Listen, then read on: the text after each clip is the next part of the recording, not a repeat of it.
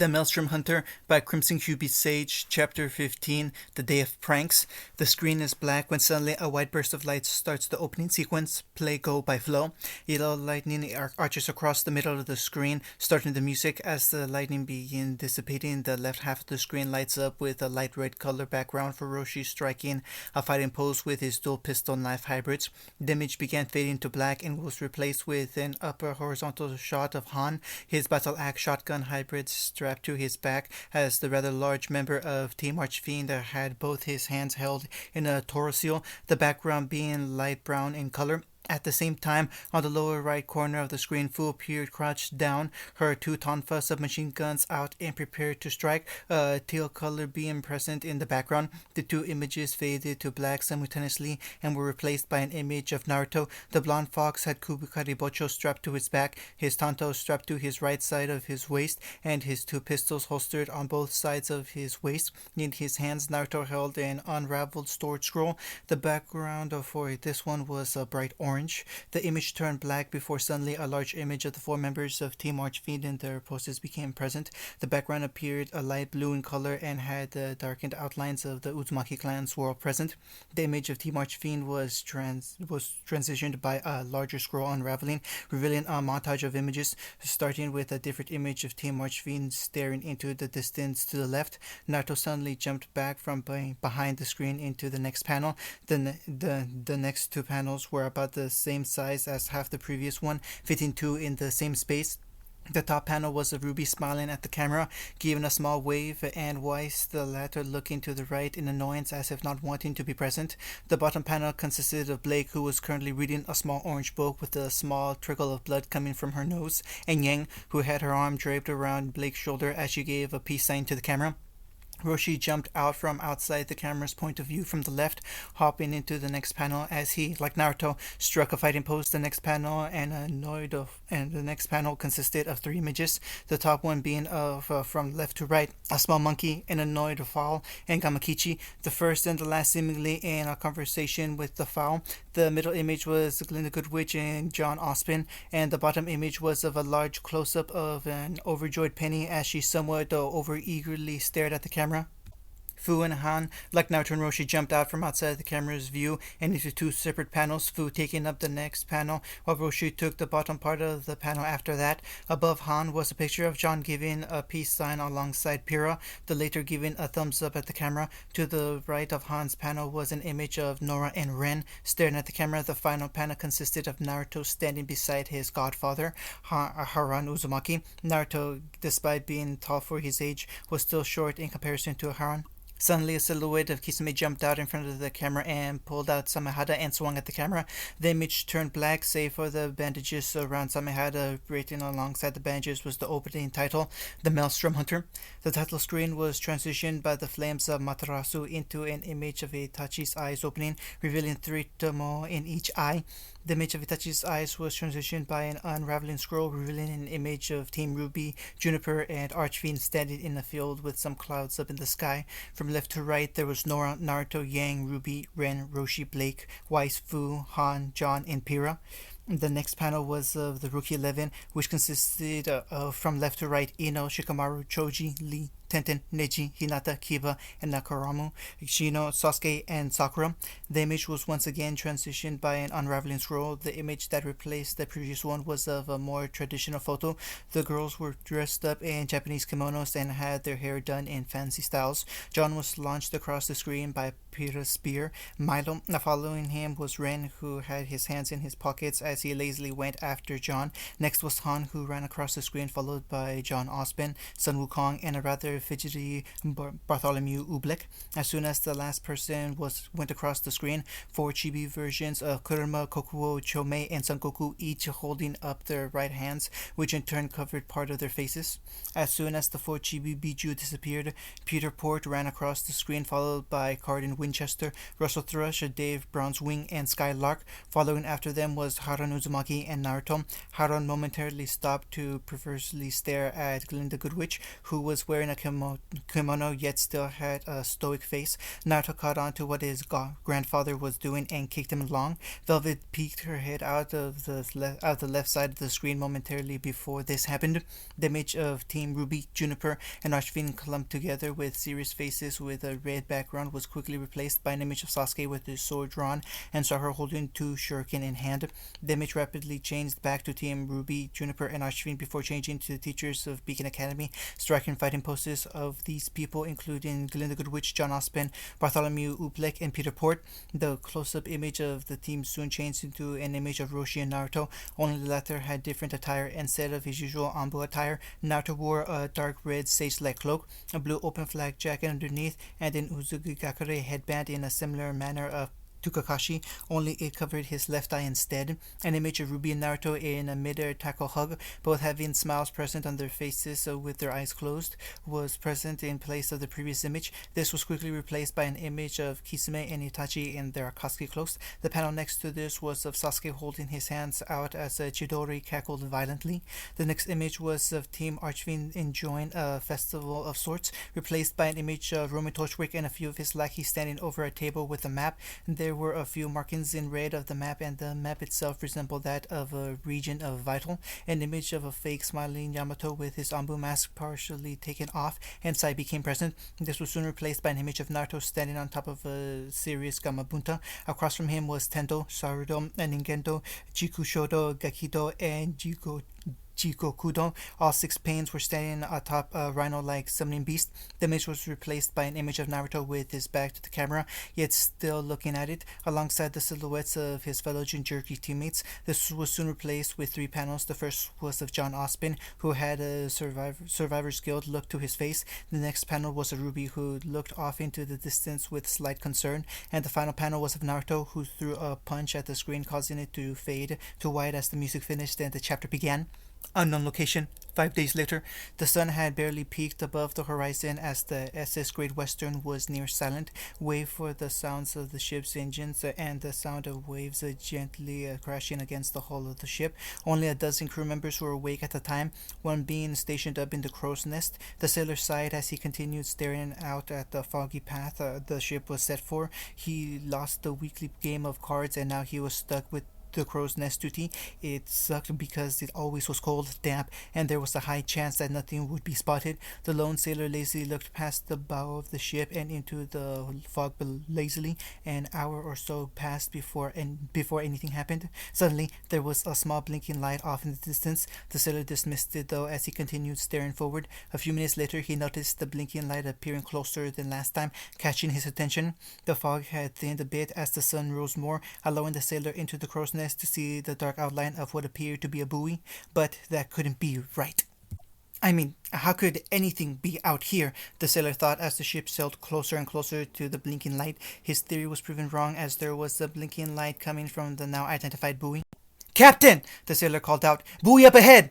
"What do you mean, buoy up ahead?" Roy questioned. "I said there's a buoy up ahead!" The sailor yelled. "Land ho!" Beacon Academy, Friday. Naruto sighed as he tapped his pencil against the desk he was using, half listening to one of Mr. Oobleck's lectures. After the whole mess with Torchwick's, things had become peaceful. Too peaceful. There was nothing to do. A few minutes later, the bell rang, signifying the end of the school day. Naruto jumped out of his seat and rushed to the door, much like everyone else. "Oh, and class!" Bartholomew started, catching the attention of the students trying to leave. "The Board of Education has felt the need to give a day to the students, so in 2 days' time there will be a prank day. Anyone can prank or be the victim of one, and in the 24 hours of the day there will be no consequences to any pranks pulled during this time. So I suggest you prepare yourselves. Have a good day, class. There's no homework for the weekend." And with that, everyone rushed out of the room, some to gather the necessary pranking supplies, and some to gather the necessaries to escape being pranked. The drunken clam, Saturday. "I swear to ye, I ain't lying," Jacob slurred out, taking another sip of his whiskey. "You definitely are. There's no land beyond the red ocean with civilization," one of the more sober men exclaimed. "Jacob's right. We came from beyond there," Roy exclaimed, completely wasted. "You're drunk, probably making this story up," the bartender stated. "Oh, you don't believe us, eh? Well, then send people out there to see for yourselves," Jacob said. "Fine, I'll send a request for an exploration beyond the red ocean," one of the men Yang conceded. You'll see, there's nothing out there. Beacon Academy, courtyard. Naruto and Ruby began walking down the pathway, talking about anything interesting that happened during the week. So, the day of pranks is coming up, Naruto said. Yeah, I'm not sure if I'm going to be a part of it, Ruby said. Considering that I'm going to be the part of the day, it's a good idea not to be part of it, Naruto stated. I'm pretty sure Yang is going to try to prank you, Ruby stated. That gives me an idea, Naruto exclaimed before pulling Ruby in to hear what he was planning. A Team Archfiend dorm room later that day. Nearly all the lights were off, save for a single light that gave the room a mysterious feel. There was only 2 people in the room, silently staring the other down. Why did you call me here? Naruto asked. I have a business proposition for you, Roshi said, walking partially into the light so that part of him was visible. I'm listening, Naruto said. We won't prank each other Monday, Roshi stated, not until we've pranked everyone else. And why should I agree? For all I know, you could just be planning to strike when my guard is down, Naruto said skeptically. Let's face the facts, Naruto. You and I are the best pranksters in this academy, Roshi stated, extending his hand. But there can only be one, so let us battle one-on-one after taking out the rest of the competition.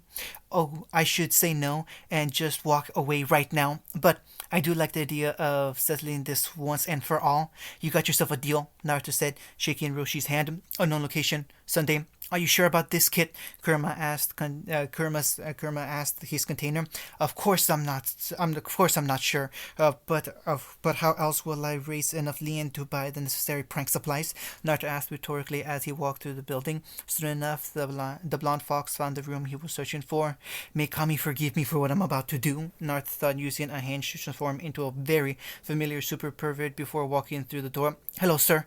How may I help you? The publisher asked. Yes, I have a book I'd like to publish as soon as possible, Naruto said, his voice sounding like Jiraiya's. The afterlife. Jiraiya suddenly perked up, his super pervert senses going haywire. I feel a disturbance in the perv, Jiraiya mumbled in a trance-like state, as if my godson has made me so proud right now. Go for it, Naruto! Bring back a new golden age of perverts! Kami exclaimed as she watched Naruto chat with the publisher about publishing the Icha Icha series in Remnant. At the same time, Jiraiya perked up. Every man, regardless of age and perverseness, raised their hands up to the sky in a praising manner. Our time has come. The perverted empire shall rise beyond, they chorused as one. Meanwhile, with every anti-pervert, they had a sense of dread dawn upon them. Beacon Academy, Monday.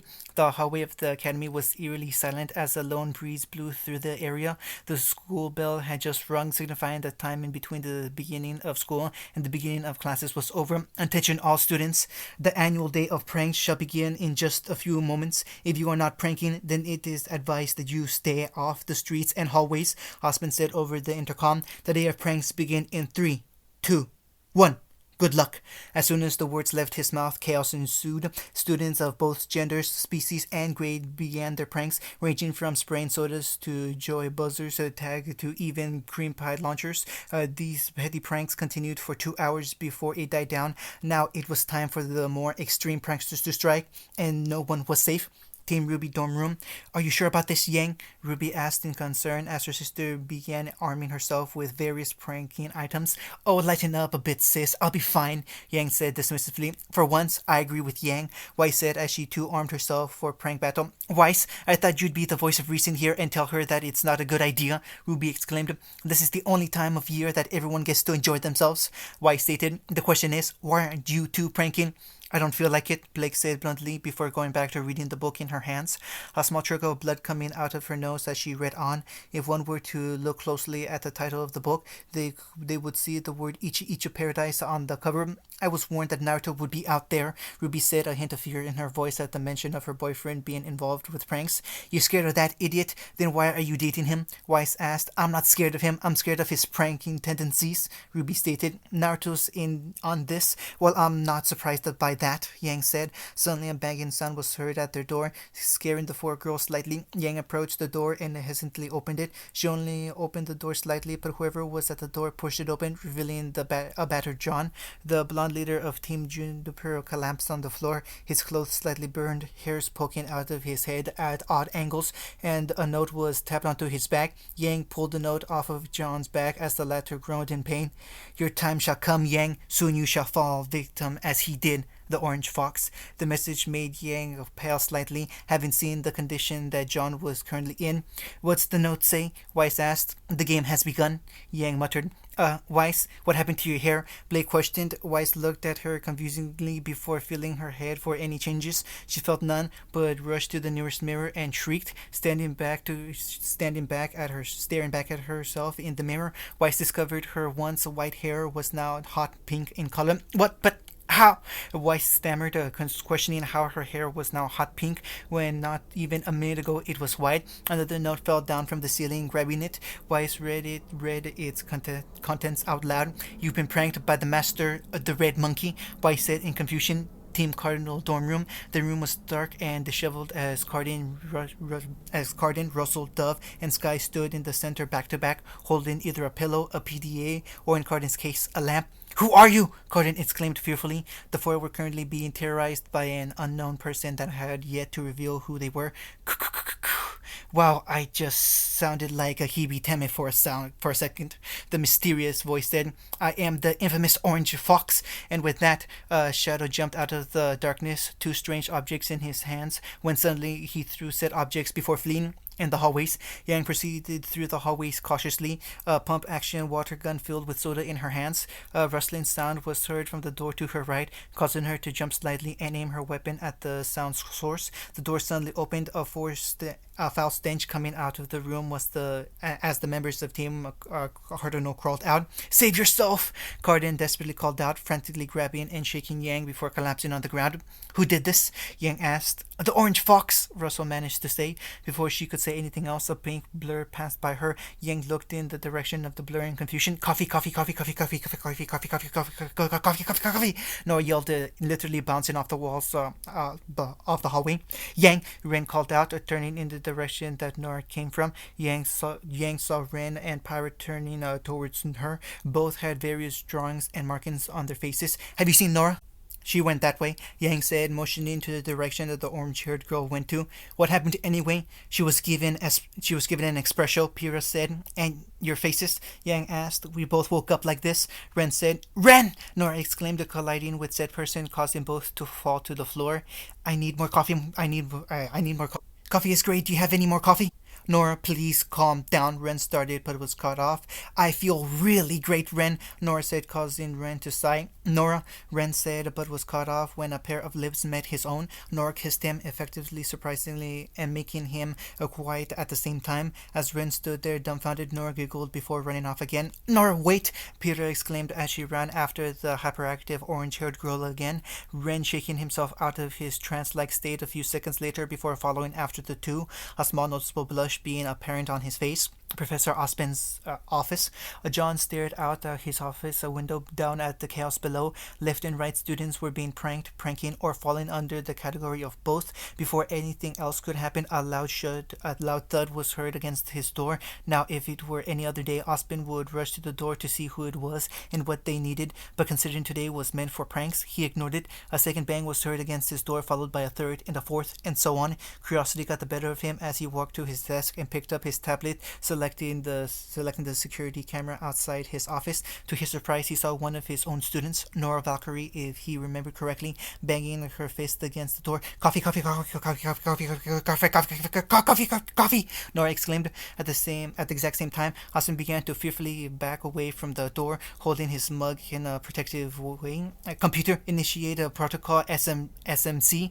Save my coffee, Austin yelled. Password initiation necessary to proceed. A robotic AI voice said. Espresso, Osmond said. Password confirmed. Initiating protocol SMC. The AI stated before an iron dome began to cover Osmond's office.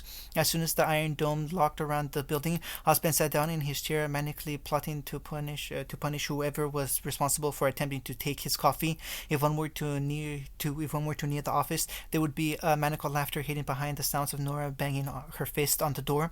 Beacon Academy hallways. Yang was now slightly shaken in fear, her soda gun primed and ready to shoot whatever came her way. On her way down the hall, she had found various students there that were victims of pranks from the Orange Fox and the Red Monkey. Team Coffee seemed to be untouched by the pranks, mainly because they weren't part of the whole day of pranks. Still, the fact that everyone else around her that was particularly in the day of pranks had become victim to the pranks of these two mysterious figures. Soon enough, Yang reached her destination, Team Archfiend's dorm room. She hesitantly approached the door, her hand bristling against the doorknob. When she stopped, Yang pushed herself herself against the nearby wall and used an open hand to open the doorknob. Her suspicions were proven correctly, as after she opened the door, a profuse blast of water shot out. Assuming that was the last of the prank, Yang got out of her hiding place against the wall and casually walked towards the open door, only to get covered in what appeared to be orange dye.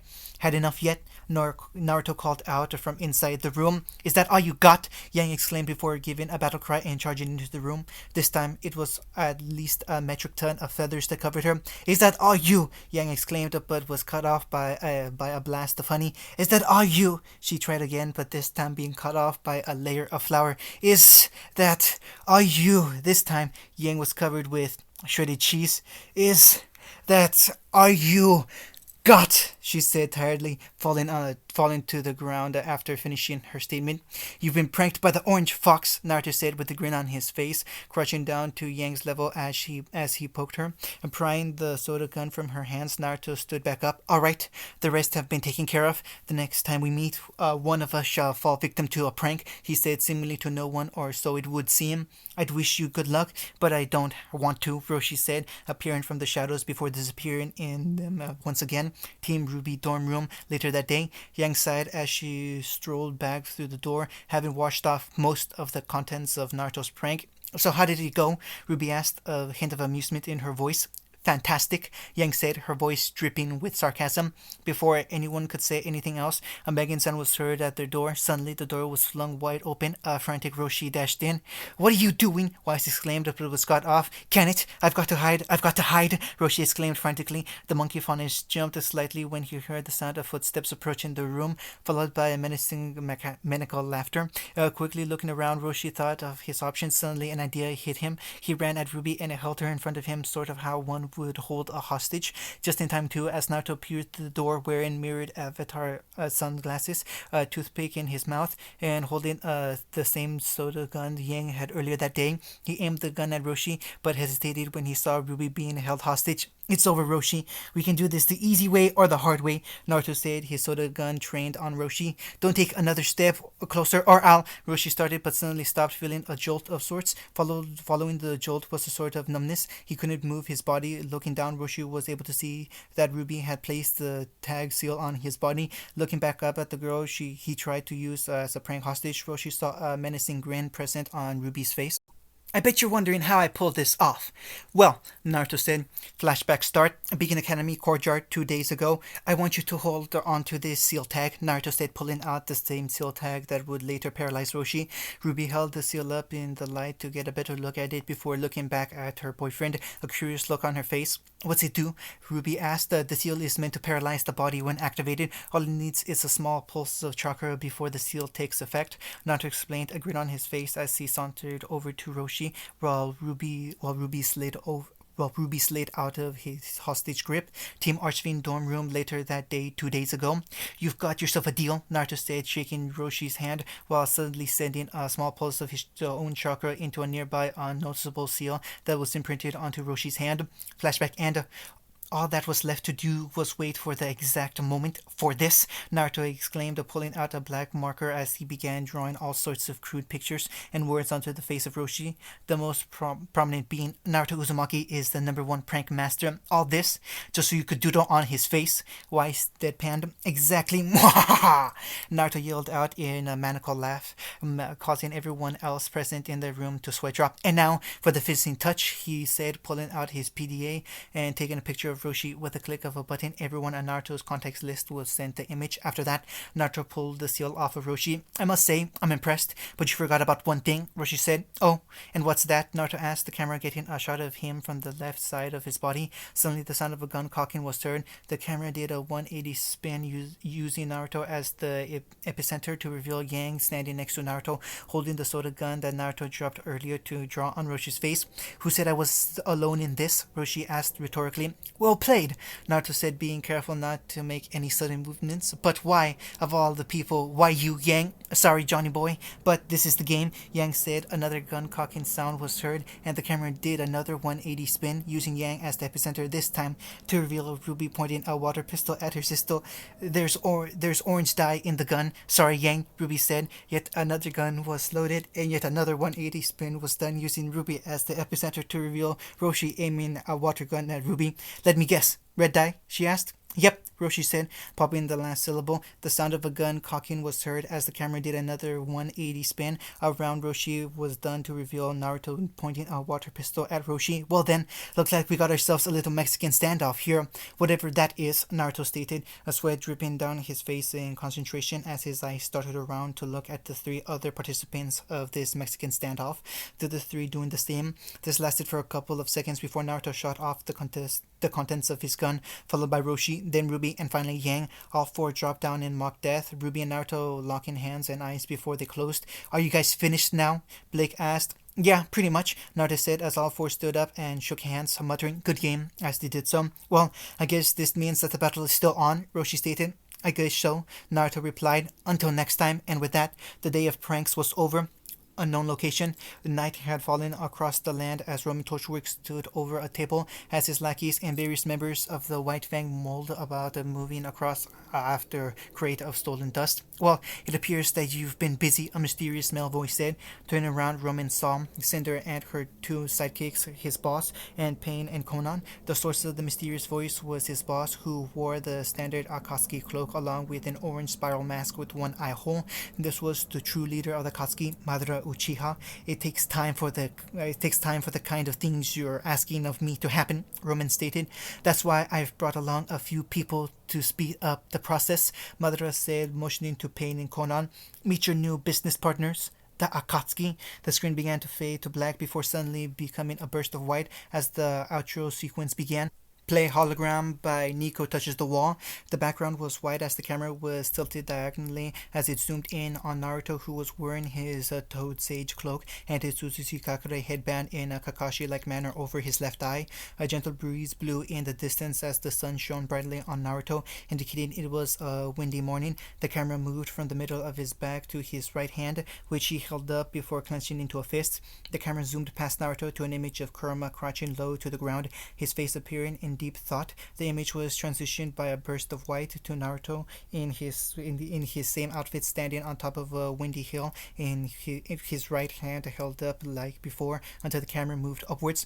The picture quickly changed to a close-up shot of Naruto dangling his neck. His necklace he won from his bed with Tsunade in his hands. Dark clouds overhead as the left half of the screen, which contained him, slid downwards. On the right side of the screen was Kurama in the same position as before, only the scenery was inside the seal. A wide blurred line separated the two panels as the image on the right slid upwards. The image zoomed out to reveal the bigger picture of Naruto sitting underneath a tree, the entire thing silhouetted as rays of sunlight broke through the clouds. Near the end of the verse, Naruto began standing up. The image suddenly changed to Yang and Blake striking fighting poses. This happened in a matter of seconds before changing into an image of Ren with his back to the camera as the wind blew his hair. The camera zoomed out to reveal he was standing atop a pillar, John, Nora, and Pyrrha jumping onto the three of the nearby pillars. The picture changed to the camera zooming in on a smoky background, passing a smiling Ruby, a surprised Weiss, an eye smiling Han, Roshi, who had a stick of Dango hanging out of his mouth, Fu loading Tonfa machine guns, and a stoic John Osbin standing next to John was Glinda Goodwitch. The image changed to that of a sunset as the wind blew violently. Naruto kneeling next to a small grave. The engraving on the headstone were facing him so the audience couldn't see what was written on it. The astral form of Haruno Uzumaki was seen standing in the same background, staring off into the right side of the screen into the distance. The picture zoomed out to reveal the two images were right next to each other. Haruno staring at Naruto, who was staring at the tombstone. The image shifted into that of Ruby falling into into darkness. Naruto attempted to grab Ruby but failed as the darkness consumed her. The picture changed into Roshi sitting in a chair, various pictures of him and other people on the wall. The camera zoomed in on one of the images to reveal a younger Roshi smiling at the camera. To the left of him in the picture was a girl wearing a red uniform with her sleeves missing. Over this, she wore a brown zipped-up sleeveless jacket. Her face was covered by another picture, so who was in the picture was undefinable. This suddenly changed to an image of a silhouetted Naruto, his eyes being a bright glowing white as he stood amongst flames. This picture rapidly changed into one of Roman Torchwick, Madara Uchiha, Tendo Pain, Conan, Cinderfall, Emerald Susuri, and Mercury Black standing in the night, the full moon illuminating their silhouettes. The image was quickly replaced by an image of the King of Hell rising up before being replaced by an image of menacing Sasuke with his left eye Sharingan blazing. This was soon replaced by the image of Naruto staring down at his reflection in the lake, being rippled by a single drop of water. The picture was quickly replaced by a battered Sasuke who was missing his shirt, channeling lightning chakra into a large radius explosion. The rubble acted as the transitioning into an image of Han walking up a wall to meet the Shurado Pain halfway and engage in a hand-to-hand battle after throwing a Shurado Pain into the wall, causing a large amount of debris to go flying everywhere. Roshi was seen launching a large fireball at Gakido Pain, the latter absorbing the jutsu with a small menacing grin apparent on his face. This image was quickly replaced by the three-headed dog summoning beast Jiraiya fought beforehand, charging at Fu, the latter summoning a swarm of insects to attack the beast. Two swords clashed against each other before the image changed to Naruto fighting his old teammates, Sasuke and Sakura. Naruto was wielding Kubikari Bocho in one hand and Estanto in the other. The image changed to a close-up of Sasuke charging to the right, a Chidori cackling in his left hand. The image changed once again to Naruto charging to the left, a Rasengan in his right hand. The picture zoomed out to reveal that Naruto and Sasuke were charging at each other, their attacks colliding and causing collateral damage to the surrounding area. As the screen turned white, it was soon transitioned into an image of Naruto's necklace close up, the blonde fox grabbing it with one hand and placing it back on his neck. The image zoomed out to reveal Naruto standing back up, Roshi, Han, and Fu standing near him. The surrounding area was the walkways of Begin Academy early in the morning. Naruto began walking off in the distance, the rest of his team following shortly after as the camera moved upwards to get a shot of the morning sun. 1 week later, the screen changed from the outro to a news broadcast. A woman with pale white complexion, white hair, and amber eyes wearing a black and lavender outfit spoke on, but the words were muted. The caption in the bottom of the screen was "Civilization found beyond the Red Ocean." Omega, Battle of the Dancing Animals. Gamakichi, Gamatatsu, and the rest of the toads stood across from three other groups of summoning animals, the beetles, the apes, and the horses. Each group glared at the other before Gamakichi pulled out an MP3 player and a small, compared to his size, radio with a cable port for the MP3 player. Gamakichi plugged it in and the music began playing. Play of Funky Town by Limps Inc. The toads started dancing first, somehow being perfectly choreographed as they did so. Naruto was walking through the Emerald Forest when suddenly he hears strange music. Heading to the source of the sound, the blonde fox was witness to such a strange event. Naruto pulled out his PDA and began messaging his friends about what was happening. By now the toads had stopped dancing as it was the horse clan's turn to do so. One by one, the members of Team Ruby, Juniper, and Archfiend arrived. They do witness the rare spectacle that is known as an animal dance battle. As the song played, Naruto, Fu, Han, Roshi, Ruby, Yang, Blake, Weiss, John, Pyrrha, Nora, and Ren could only stare in silence as the four animal clans danced to the disco music. "I have the strangest feeling that somehow I'm responsible for this," Naruto said. "If that's the case, what have you done?" Roshi exclaimed. The horses stopped dancing as the members of the Beta clan began to. By now, Roshi was laughing at the expense of his teammates' summoning clan's actions. Naruto, Fu, and Han covered their faces with their hands slightly. Roshi's laughter soon stopped as his own summoning clan, the apes, began to get funky. The other members of Team Archfiend laughed at Roshi's expense, much like he had done so not a minute ago. All the while, Roshi sat in front of a tree, his hands connected as he rocked back and forth, hitting his head against the trunk of the tree as a mini rain cloud poured over his head. The apes stopped dancing to allow the horses to take the spotlight once again. The same process repeated itself as the horses stopped to allow the beetles to dance. The beetles stopped dancing as the toads got the groove on. "Stop the music!" Naruto yelled, causing all the animals to stop dancing. The music abruptly halted. "What are you doing?" He's got a point, Kamikichi stated. "Thank you," Naruto said, exasperated. "Why are we fighting each other? We should be one entire group. Hit it!" Kamikichi exclaimed, causing Team Ruby, Juniper, and Archfiend to face fault as the music began where it left off. All four summoning animal clans began dancing freestyle, causing their respective summoners to collectively slap their hands to their faces. "You guys sure know some weird creatures," Yang stated. "Don't remind me," Naruto said. As the song was finished, all four animal clans struck a final pose. Let it be known, on that day, the toad, beetle, horse, and ape summoning clans were no more, and in their place was the disco conglomerate clan. By the end of it all, the elder toads, horses, beetles, and apes just stared and shook their heads. "Kids these days," Pa said. "I know the feeling," Goku, the elder of the apes, commented. "They don't know music. True music was back when we were their age," Ma exclaimed, pulling out a boombox from Mal's place. Pressing the play button, the music began. "Play Old Time Rock and Roll" by Bob Singer and the Silver Bullet Band. The elders each slid out in front of their summoners, wearing nothing but tidy-whitey underwear. As the music began, the other animals began lip-syncing the song. Short story start. Spirits of the Swirl finale, a spring break. 2 years before going to Beacon Academy, our hero discovered the purpose of the strange mask. About 3 months had passed since then, and spring break had just ended. "So, Naruto, how was your spring break?" Ruby asked. "Well," Naruto began. Flashback start. Play Happy Go Lucky Me by Paul Evans. I met up with a cousin of mine. We went on a tropical island vacation. So let me get this straight," Naruto stated, giving Honoka a deadpan stare. "You want me to go to this remote island and kill this ultimate summoning beast?"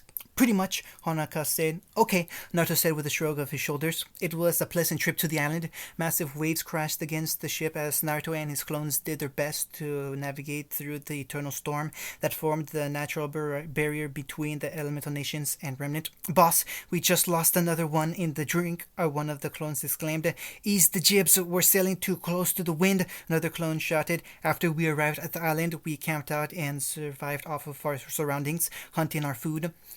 So what am I exactly looking for?" Naruto asked, the astral form of Honoka hovering beside him. "You'll know when you see it," Honoka said. "I ran into one of the native predators. It was an eventuality.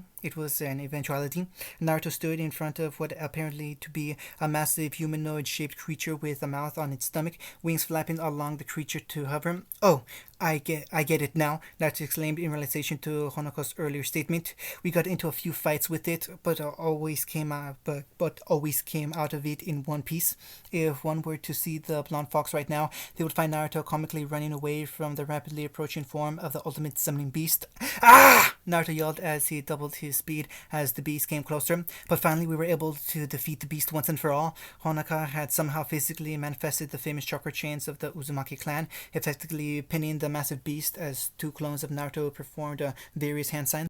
"Katan, Karyu, Enden," the Naruto on the left exclaimed. "Futon, Daitoba." The original Naruto, the one in the middle, exclaimed. "Katan, Gokayoyo no Jutsu," the Naruto on the right exclaimed. The three techniques met halfway, the wind fueling the flames that exploded the beast. After the trip, we said our goodbyes. "I can't thank you enough, Naruto," Honoka said. It's no problem, really, Databayo," Naruto said. "I guess this is goodbye," Honoka said, her astral form gradually being enveloped in a bright light. "I can finally move on to the afterlife, now that my duty is fulfilled. Don't follow after me too soon," she finished as the last bits of her form was enveloped in the bright light. Said bright light began to trickle out before disappearing altogether. And that's pretty much it. Naruto was sitting at the edge of one of the cliff sides, staring off into the distance as the sun began to set behind him. His musings were interrupted by the sound of huffing and puffing. Turning to the source of the sounds, Naruto saw a woman with long, wavy blonde hair, blue eyes, full lips, and a beauty mark located under the right side of her mouth. Wearing a partially open black robe revealing a generous amount of her assets, a long pink scarf was over her shoulders, an armband was around the sash she wore, and she had what appeared to be a sheathed sword on her back. Honaka, Uzumaki, I am here to bring you to the after. The woman began, but stopped halfway through her rant when she noticed that the only other person there was Naruto. I came too late, didn't I? Yes, you did, strange lady, Naruto deadpanned. Damn it! Flashback end of chapter 15.